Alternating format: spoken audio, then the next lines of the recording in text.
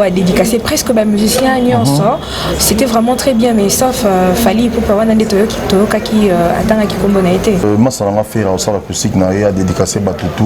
Peut-être des peu oublié, il n'est pas obligé de citer tout le monde. Il n'est pas obligé. Et pourquoi ça dérange soit atteint qualité. Peut-être des peu oublié. Et au jugé travail en déni par rapport à la voix et tout. Mais frère, maman, Annette, laisse-moi te dire, j'ai eu un temps de travailler avec Ferré. C'était un bon artiste. C'est vraiment un bon. Ferré a bon. Ferré, il a tous les atouts. Hein. Ferré sait chanter, sait danser, sait composer. C'est un artiste complet. Bon, on a vu peut-être Cab aussi à Lobakamo par rapport à méchanceté. Parce qu'il avait dit qu'il y a besoin qu'il y ait musicien ne peut pas faire. Peut-être une méchanceté ou non. À Loba. Tata, na kombo penguya na yo, na sengi lipamboli yangelingeli, na babone nyoso ya Kleboa, babone nyoso ya kleboa.com. Bopambwami, bopambwami, bopambwami, pe bopambwami lisusu. Kleboa.com. Bonsoir mesdames et messieurs, ça dépend de l'heure à laquelle vous allez nous recevoir. Encore une fois, c'est Annette Chituka, votre humble servante. Mesdames et messieurs, c'est avec un grand, un immense plaisir que moi, Annette Chituka, j'aime communiquer avec vous et ça se fait à travers ce micro et cette caméra. Je tiens avant tout à remercier tous nos abonnés de Kleboa.com et surtout à toutes ces personnes qui se donnent le plaisir de aimer, commenter nos émissions. Vos commentaires, vos suggestions nous aident à se perfectionner. Grand merci à My Lady Boss Pichu Mangaya. Grand merci à l'homme invisible de la nation. Pourquoi pas à toi derrière la caméra, Hermano Emporio. Voilà, mesdames et messieurs, je ne suis pas seule aujourd'hui. Je suis avec Célé Kibinda. C'est avec lui que nous allons dérouler cette émission. À qui j'ai dit bonsoir, Célé. Bonsoir, bonsoir Annette. À travers le monde entier, diaspora Nabissonia. Merci, je salue tout le monde qui nous suit à ces moments, partout au monde. Donc on est là, donc au Baïbinga. Merci au Baïbinga, donc c'est votre humble artiste Célé Kibinda, Cisco Maïlo, devant chez vous. Voilà. Merci beaucoup à toi Célé Mabata. Grand merci à toi maman sociale Irène Mwanza. Sans plus tarder, Célé Kibinda, tu as déjà ma son abisso à l'élo. Mais quand on peut expliquer, Bandébonos Bazolanda Bisso, yo étant que musicien aussi, c'est quoi l'acoustique? Ah ok, bon. Merci d'abord pour la question. Et puis d'abord, Moni n'a pas émission sans pour autant. On a remercié dans le plus, Boss Lady Pichu Mangaya, parce que Moni, il y a plein d'artistes, choix vis-à-vis Nanga, donc c'est pas par hasard. D'abord, il faut nous remercier, et puis on a remercié encore Herman Nayumoko. Merci beaucoup. Bon, pour Nanga, musique acoustique, d'abord, on a eu acoustique, mingi, bah, tu appelles ça pour ça acoustique. Quand on parle d'acoustique, ça vaut premièrement, ils avaient qui guitare sèche. On doit chanter une guitare sèche devant un micro comme ça, à Vandi, à Oyembasel. Dans une salle comme ça, il y a plein de monde ou pas, mais Yemoko, c'est mes guitares là, c'est déjà l'acoustique. Et après, c'est là, c'est amélioré avec le temps. Ça est devenu maintenant que Rose Rappé, la guitare, ils ont 3-4. Sans batterie, mais des chanteurs chantent dans le micro, seuls, ils appellent acoustique. Voilà quoi, mais on a décortique acoustique. Mais sinon, depuis la carrière et la musique, ou depuis aux ala qui jeunes, comme ils comprendre c'est quoi la musique, les musiciens n'y a miné dans beaucoup d'anabiso, marqué au bête acoustique. Si je ne me trompe pas, dans le début, on a vu sur le quoi acoustique, on a Kofi Olomide. Kofi Olomide bête acoustique, on a vu déjà Jean Gouba la bête acoustique tellement trop, avant commandant le groupe Naëlelo. Et puis j'avais vu encore Fali aussi, à savoir acoustique. Et puis Mikolo, notre monde a ferré. Ferré pas saler acoustique, c'est bien. Bateau, on a ébu. Pour ne pas oublier les autres par rapport à temps, on a ébu quand même. Sinon, au Moni Ferregola, à Sali live acoustique, comment tu as trouvé? Parce que tout à l'heure, tu as dit que l'acoustique faisait accompagner d'instruments et tout. Pas tous les instruments, c'est ce que j'avais dit tout à l'heure. C'est pas tous les instruments. Mais sinon, au début, c'était seulement guitare, chanteur, azana, micro, azobé ta guitare sèche, acoustique. Et après, il s'améliorait. Et comme il a la guitare, il n'a pas na combo, autobénga ba combo pour accompagner guitare, avec fil, ils appellent acoustique, mais sans batterie. Ils ont évolué de temps à autre, ils ont évolué de façon acoustique. Mais comme dirais-je, nous les avons autour de monde à faire, non? Comment tu as trouvé? Nous avons live acoustique. Live acoustique, voilà. Bon, c'est que je ne comprends pas quand on dit live acoustique dans le côté, on est compliqué parce que quand on parle de live, on a dit live, c'est le moment étant qu'un artiste, les gens qui ont mis tout le monde, batteur, guitariste, on doit dire live, non? Instrument, on a complet. Mais quand on parle d'acoustique, les gens juste, comment est-ce qu'on améliorer? Chanteur, guitariste, peut-être sans batterie ou peut-être avec batterie, hein? De tomber en acoustique. Mais qui fait, on a ils ont juste un sali clip, n'a pas les naïe, mais n'a qu'aussi quoi bêta déjà. Mais quand on parle de live, c'est ce que je ne comprends pas là, donc dans le sens où on a. C'était déjà enregistré avant. Parce que tout le monde est musicien, lobby live, wana et zongisiye et tout.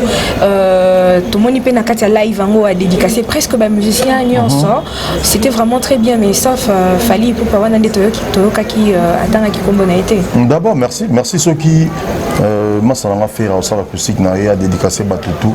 Peut-être ils ont pas oublié, il n'est pas obligé de citer tout le monde. Il n'est pas obligé. On a un rôle de faire la tangate parce qu'on a un musicien. On a fait très bien. On a bétiné ensemble depuis longtemps. Tous on a wingé. Tant tout ça succès va faire trop bêta là-bas. On fait ensemble. On a fait la tangate. Et pourquoi ça dérange sur la tangifalité? Peut-être qu'ils ont pas oublié. Mais parce que si on Fally pour passer là qui live encore, on a quand live on a attendre qui combo sans problème mais na mais Fally il est comme ça. Fally il est comme ça. Tant beau juger beau bouler.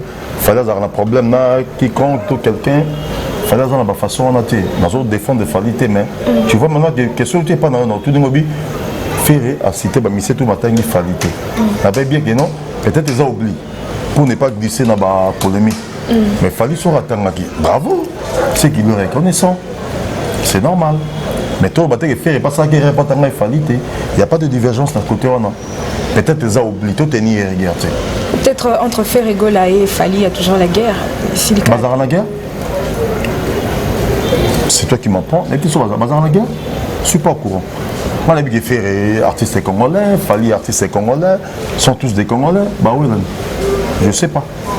Là, je ne sais pas. Moi, je suis un artiste musicien. Moi, je suis une émission, Fally, a la capacité de live acoustique.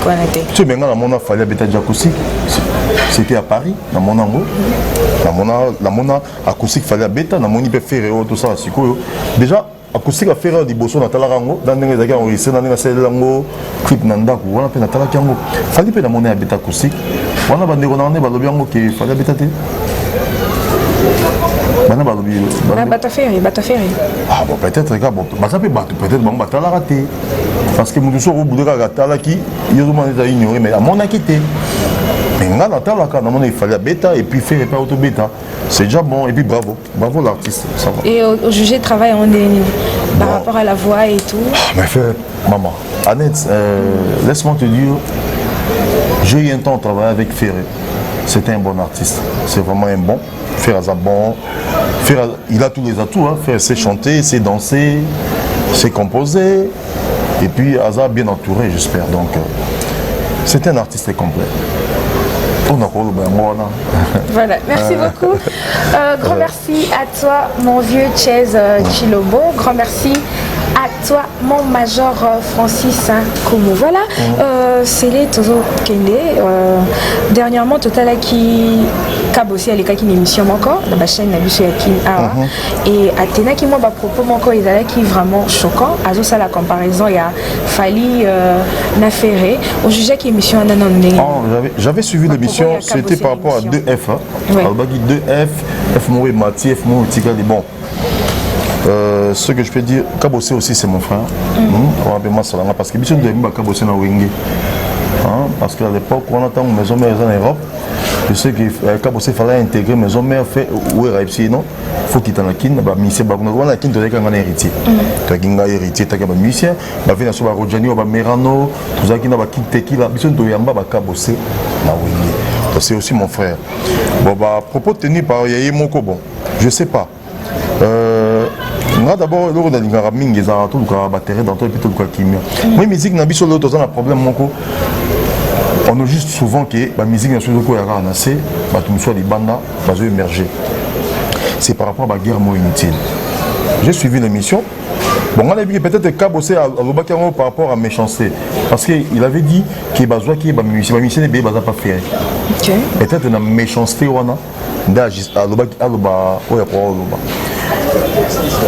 j'ai entendu. Même moi, on a parlé, on a été sur la monnaie de Ronald Kabosé pour nous soigner. Mais dans son habitude, il y a un effet bon côté. Pourquoi tu es ça langage qui moi je suis pas là pour nous mais étant qu'un artiste qui dérangeait qui il dérangeait puis se dérangeait même si on peut faire attaquer une émission peut-être il dérangeait payer. Mais non, c'est un intérêt d'attendre là. Ce qu'il s'agit et ça Kabosé conseil, je préfère devant caméra beauté. Mais peut-être la musique n'a pas pour mon toi mata. Topo a confirmé que ça nous s'est malam il faut à moi polémiquement comme il faut à calme et tu vas évoluer si tu es calme aux pas polémique. Est-ce que tu crois vraiment que mon temps mata ce qui a peut-être na bateau ba lobé la été bateau ba ça la promotion a été bateau ba fin à rapport a été tu penses que si vous êtes très calme la musique n'a pas vraiment ça va marcher. Bon, on a compris la musique Nabiso, on dirait ceux qui osent finir des bateaux, on dirait des bateaux au Tchauka. Ben, sans blague, hein? Moi j'ai compris la musique à Congo, on dirait bongo. Ceux qui osent finir plus bateau, di bosso nayo, on dirait qu'il y a des salakés au matin. Ou bien, ceux qui osent finir bateau, on a la même promotion, a eu avantage, il y a succès avant yo, des salakés, yo peut pas maman. Nous on a fait un temps qui bina tout ça peut tenter. Nous sommes en bon peut-être toi qui banamiqué. Parce que biso to ça succès de 91 92 tiba 96 97 à l'époque il y a deuxième république. Peut-être toi qui n'a âge moi mais qui me t'a 25 ans à quitter. À ce moment on a été ceux qui bon polémique ils allaient maintenant il y a les autres. Mais autre monde dans les on dirait il faut vraiment s'attaquer dans le négociation congolais. Pour ça quelque chose de bien cause rentable pour na biso nyonso. Il bien pour na biso drapeau mboke telemi. Il faut toucher pour bayo kalo. Biso ba to vandi boy. To toucher nani pour battre la biso. Vous m'avez appelé dans l'émission Awa na yawa. Est-ce que vous benga par rapport pour attaquer mission quelconque de bobenga? C'est par rapport aux conduite dans les alars. Tu vois? Dans le mal année, c'est ça. Dans la musique na biso, on dirait toujours comprendre te né to propulser musique na biso par rapport à bandeko ba libana ba ivoirien banane. Oui, je sais que bon, on peut avoir polémique, mais pas à notre façon. Pas à notre façon. En tout cas, moi je déplore. On a part on a déploré acte vis-à-vis des artistes et surtout au niveau plus que Bisso. Kabosé, oui, ça va, il fait sa vie, Ferry fait sa vie, Fali fait sa vie, tout le monde a sa vie dans Bango. Peut-être que un avantage plus qu'il a scellé. Et moi je vois mal tant que entre Bango. Taquiner na bêtise moi mais tout tout préparer relève bon relève il y a lobby relève après nous pécho c'est pas dans comportement de voir net il est qui n'a excusez-moi sur la qui bon par rapport oui dans un mokolo mais pas tout on va faire belé belé hein dans un bon ndeko na ngana ni bina filé alors ça la musique na a comme ça toujours fabrigas ça dérange à quoi alors bon carrément que le lève du maître. Au moins, que nous l'émission modernement a présenté 5 voitures, on a bien que le matériel est des avis à moto. Moi, je suis par rapport à son comportement. Est-ce que ça a la musique à ma vie? Mais c'est total, nous lobby la musicien et libanda et polémique et ça. Mais c'est tout le monde qui va musicien, mon sous et libanda va combattre le niveau aussi banan tout. Oui, ça on a Bouba Bunda. Ah après moi la polémique ça se passe ils pour musique les musiques qui est libre. Mais c'est pas un bon exemple à suivre. C'est pas un bon exemple à suivre. Bouba soit à Salaka oui et après c'est là. Il paraît à foutre à monde, il fallait pas parce que Baby c'est bleu l'aéroport non? C'était pas ça. Comment tu as dit bêtise et puis au milieu c'est son mot on a eu. À quoi bon? À quoi bon ça Bablo rendre moi? Moi je sais que Bisso entre Bisso ba congolais artiste congolais. Bon a été ici arrivé avec que vous savez polémique mon là Babouni Nanzela. De ce côté-là, dans comme ça maintenant est salamate. Mais moi ce que je peux dire, c'est important pour nos artistes congolais, tout lingala. Ce qu'il fallait faire divergence ces alaka, on a évité. Mais dans 5 bande konanga, ba arche de guerre en tout interrompu. Tout bundi sabaye baza libana, tout baza plus fort que nous. On a affaire au bango, lelo, ce qui nous doit héritier. Alors ça là, fierté en beau kananga. On a pas vivre héritier. Héritier n'a pas été orchestre mon route. Avant même ma maison, mais dans un groupe, dans un groupe, dans un héritier non. Et tant qu'il y a une mission dans la scellé. Est-ce que vieux héritier dans les non. C'est ma fierté. Nous comprenons que nous avons une polémique à Bozoba. Ce qui est héritier, ça dit 2 pas. Nous sommes dans la 0 bien 1, c'est que nous sommes héritier bien. Alors ça, nous avons premier niveau. Bien que tu aies un monde à part, mais que le monde dans la musique est un monde vraiment à part. Le monde faut faire des bousculades, salaboyer, fingaboyer pour salaboyer. Mais ça nous sert vraiment à rien, à net, Chituka, je te dis. Ça nous sert à rien. Ça nous sert vraiment à rien. Les mal, c'est quoi dans notre pays? Dans le on a un problème. Nous avons des déplorations, surtout pour nos journalistes. Au début, nous avons des musiciens. Au faire ça qui boit, ça qui live, ça qui boit ici. Et ils ont un problème, ils ont fait des bois. Aujourd'hui, bon, peut-être bino bo moninga. Les mal dans le Congo na biso, bongo propulser la mission baza nanu ba bimité, bino ça la monter. Qu'on se le dise. So ils ont mission bana mboko yo azana plein de talent, ayemba danger, mais à quoi tu peux studio na effort personnel na ye, au moins on toucher pour azate. Exemple moi typique, banze me to betama awa ya coronavirus. Oui, mon et bien le ministère de la santé. Il y a des parenthèses, on a tiré pour la mission de sauter, mais maintenant, on a battu la banane, on a battu vient de Kofi Olomide. Ah, exemple, Manda Chance, exemple, Total Affaire, Total. Mais on n'a jamais eu idée, parce que tout aux affiliés, dans le Sonéka, on a évité. Ils ont un groupe existe, ça rappelle qu'il y a un groupe. Donc, comment tu vas le cabino? Il y a un préparé élève comment? Bino boye debi so ba journaliste, boke na ko puiser l'information, boke na ko puiser bo misa artiste aux nous aza ya ndaku ya oto benga na simandaku. Mais nous sommes toujours là ko betara masolo ba ndeko la sosi bazui da ba mbongo na bango. Alors tout intérêt ba guerre on a et ko porter biso na loroté anetti tout kana bango ndeko na Herman Pichumanga ya boss lady bambarambo et ko porter biso na loroté. Moi artiste, moi je me défends tant qu'un artiste. Naza ni pour ni contre. Ferré, c'est mon frère. Fali, c'est mon frère. Tu comprends? Donc, on a juste ce gars pour tout bongi, ça m'a ramené que le lobby est bien pour la musique congolaise dans Bisso. On a besoin d'un coup de pouce. Fallait un coup de pouce dans la vie. Faire un coup de pouce dans la vie. Héritier, donc idem, papa chéri, mais sinon, ça dit, mais toi enterré par arche de guerre. Mais Kabossé, ceux qui ont parlé avec Kabossé, dans ce moment, devant caméra, boité. Voilà. Mais sinon, c'est les Kibinda, aux amis, aux alapés présidents, il y a certains musiciens au Péba Mata.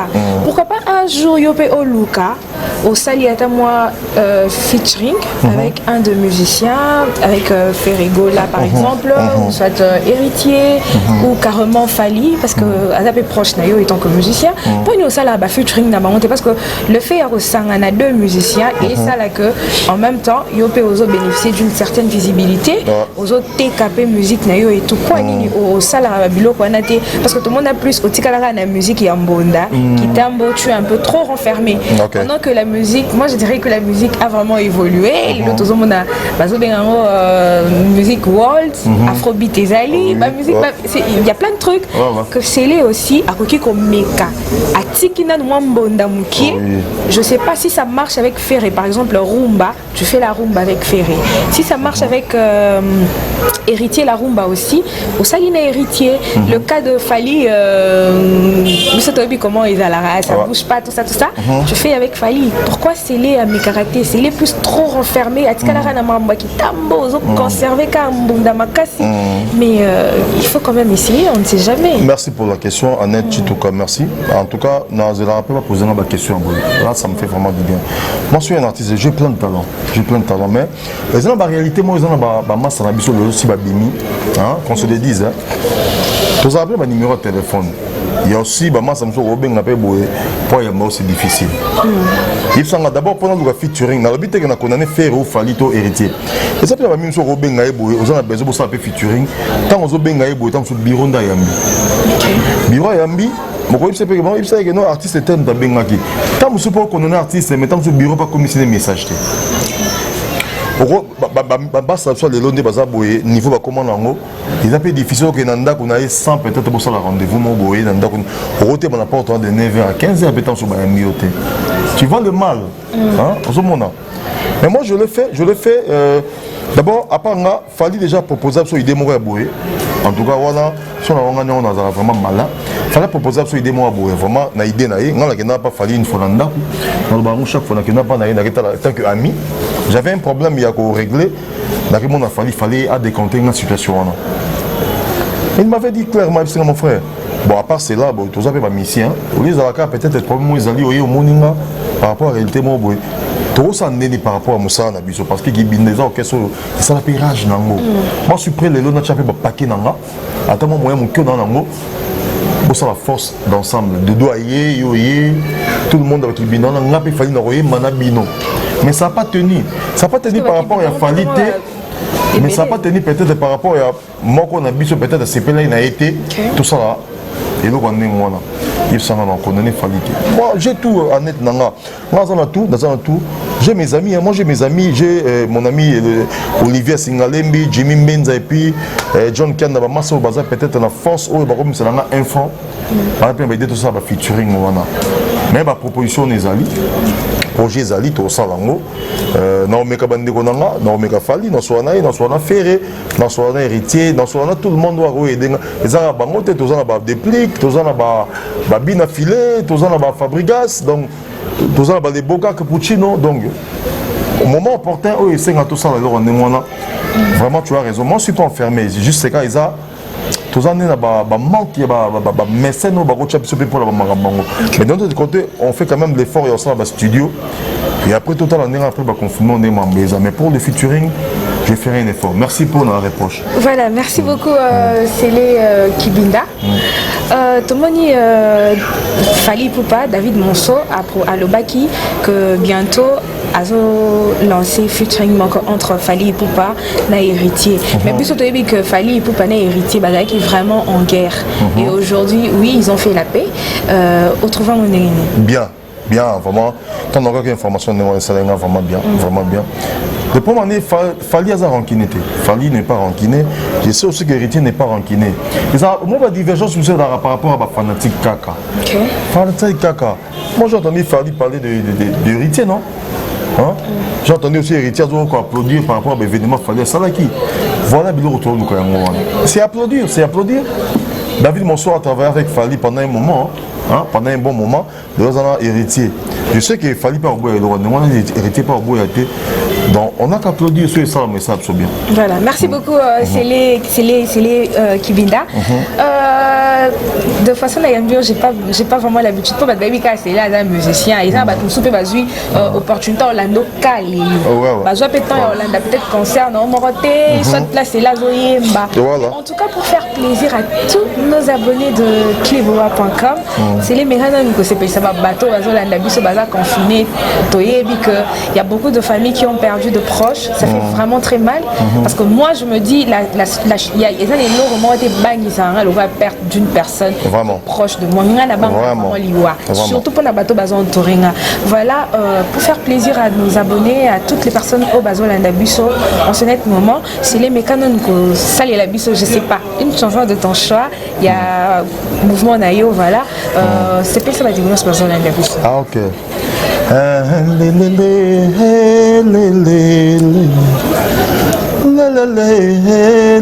Annette Nzambe yeye pona nini boye Mungu yeye pona nini boye ma Yosala la vie okela lisusu la mort Yosala union okela lisusu séparation Tango ifanizi bulungu ya Mungu Tango Fani zibulu mukera nemboyo kasi zibulu ya mungu mundidie. Ça dit dans ce morceau là par rapport à Nini, les morceaux papa, mais vient dans ce jibin piano dans salango. Tant que c'est dans le morceau la biso, mais na préférence ça on a parce que j'ai pas album moi bi Nzambe tout Nzambe. Pourquoi boy? Si je l'ai fait, c'est par rapport à la réalité pour le coronavirus, les autres qui ont des proches, aux lobby, les lois pour la maladie, les autres terrasser. On a un combat contre l'ennemi qui est invisible. C'est pas facile. Il y a la préférence à l'avocat, il y a papa chéri. On a autant de sabayo, bazangi bato, bazan plus cher dans la vie na bango que nous sommes de cœur avec eux. Jésus bango. Bon, le bureau de Bisso, malgré que tu espères que tu es malade, et les canaux, comme on a eu sur les canaux, la famille n'a pas eu la famille n'a pas eu la famille Herman n'a pas eu la famille Pichuma n'a pas eu Amen. La famille a payé Titan peut eu ça dit, maladie est loin de nous. Na bonzambe to long vocal donc na que batutu ba sepeli Sivi bati yenga na ko sepeli. Voilà. Merci beaucoup à toi Céline Mabata. On est en train de chuter dans notre émission. Qu'est-ce que les gens peuvent retenir de Céline Mabata ou carrément Céline Mabata na ba né o ezoya au nom de la musique amboka na biso ndenge nini ou qu'est-ce que le musicien peut faire pour musique amboka na biso ezala toujours likolo tozonga ndenge tozala na kala. Merci beaucoup, merci pour la question. Autour ça la pour musique ils ont des bossos comme et qui des bossos. Les arts on est sur tout à l'heure la bolingo d'abord. Tu sais ça l'amour et là au moins pour plus ça devant les rater. Mon autre fan de Boanet. Tout ça l'émission na bolingo nyonso. Ça veut par rapport surtout na bolingo de vendre na boité. Ça dit pour ça l'émission na bolingo avec Amomi Pessi. Moi qui est bien. Herman a filmé biso derrière la caméra, a filmé biso Naboli. Pichu mangaya boss lady a pesio musala oyo. Naboli musala Naboli moto ça il aura beauté. Donc on a le conseiller artiste congolais pour musique ceux qui ne de l'avant. Pour la banne zoya, ceux qui t'ont lingani à solo et qu'il fallait faire quelque chose de bien to applaudir. Faire à celle quelque chose de bien, toi applaudir. Idem, Batunioso. Oh non, on a quelque chose de bien, toi applaudir. Oui, puis, excusez-moi, on est sur le Mongo. Dernièrement, sur notre émission, on a moni, qui encore Binafilé. À cette émission, on a conscient de Moko. Azoloba. Albi, merci Inosubi. À remercier Innocent Baloumé. Abi, ah, merci Innocent Tala. Boss Nabisona ni docteur des ignorants.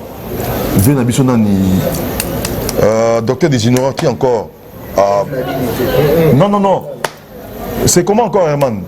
Eric Mandala. Le vieux Nabisona Eric Mandala. Okay. Merci. Bien affilé à remercier Innocent Baloum parce que Eric Mandala vient Nabiso docteur des ignorants à Luka qui bien affilé. Moutasali service. Yakoya comme on a bien affilé c'était Innocent. Azu pena bien affilé Kenaye. Et pas le boss des ignorants, et puis qui est bien affilé, comme retour, voiture. Et puis, Azo Bangon a cœur ouvert, merci, Innocent, c'est grâce à yo, que Mona vient avec Mandala. Naba acte à Boendi, musique sur qui est de l'avant. Il s'en a acte à Nemona, il s'en a, son mouton a yé, peut-être à ma bien, comme moi, Innocent devant bien affilé, à Osan. À Hôtel Menamo, Abinon laisse tomber. C'est un bon mec. Donc on enseigne à l'artiste congolais, surtout Lingani à solo, on a le projet comme conseil à tout Lingani. Surtout Lingani et puis Sabiso, pour ils ont fait la force. Dès ça que les musiciens sont de l'avant. Merci beaucoup à toi, Céline Mabata. Mesdames et messieurs, nous sommes arrivés à la fin de cette émission. Je tiens avant tout à remercier Madame de Cœur, Annie Moussouloukou, depuis la France. Grand merci à toi, Madame du Cœur. Grand merci à toi, Papi Sapo, chef de ville. Et moi, Annette Ochituka, je suis arrivée à la fin. Moi, ma dédicace, un numéro de téléphone pour toutes les personnes qui veulent te contacter. Ah, ok, merci. Merci d'abord, je vous remercie parce que c'est pas par hasard. On a de bien à choisir artiste, artiste basé belé. Mais bon, ça qui merci Herman, merci Pichumanga, Boss Lady, merci à toi, Annette, merci Peggy Titan pour l'assistance. Et ça ira bien. Et puis, Keren Boyo, Peggy Titan, te sali, hein. Vraiment, ça ira bien. J'ai raconté Peggy Titan. On a le Bakar d'abord, pour nous retrouver là. Numéro dans le contact pour la WhatsApp dans les a. Il y a Willy Moucheni dans 00243 948 70 62.